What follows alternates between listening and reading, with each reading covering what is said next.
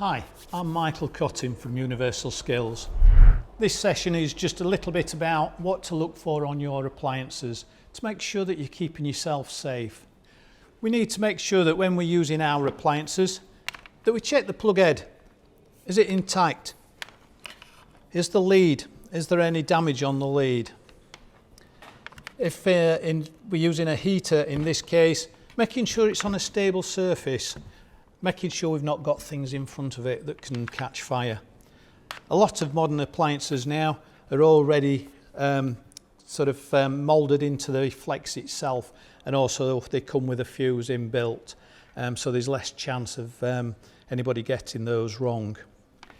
As you can see, we've got the fan heater, we've got a kettle. Again, want to make sure, because you may be in a kitchen, so you may have got the lead across the cooker or anything like that. So again, make sure that it's not damaged, make sure it's intact, make sure your prongs are correct. And again, as you can see on this one, we've got the fuse and we've got the moulded plug head on there. Looking at our laptops and devices, our telephones, again, make sure you've got the right adapter. Make sure again that your leads are all intact, that your connections are tight, that you're using the right transformer for the right equipment. Check on there, make sure, in this case, make sure we've got the correct wattage for this device. The big one is people use their mobile phone chargers or think they can use it for the laptop and the iPad or equivalent. Make sure it's the correct adapter for that device. Again, check your lead, make sure that there's no damage in there. The amount of times people plug the phone in and then they come to it later on in the day and it's not charged up. It's probably not either being in correctly or the leads are damaged. So have a quick look at those. Looking at more of our older type of tools that we may use, for example, drill. We've got the lead again. This one again is moulded, but some of the older ones came with a plug head that you could sort of swap and change.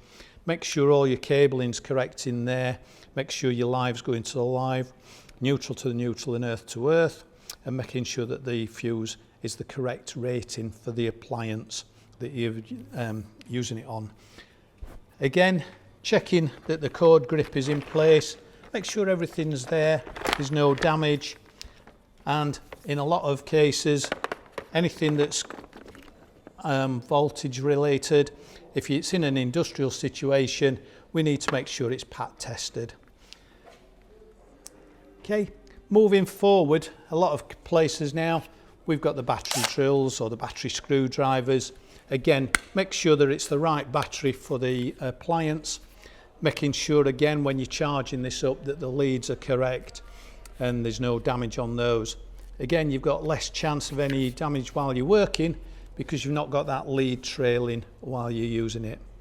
One of the big things to remember as well is if we're using anything in the garden, your electric mower, etc., that those need to be plugged into an outdoor socket and they need to be controlled by an RCD. That is to prevent any damage to yourself. If a cable gets cut, it will automatically switch off that device. Thanks for watching. That's me, Michael Cottin. If you like the videos, subscribe to the channel and like the video. Put that thumbs up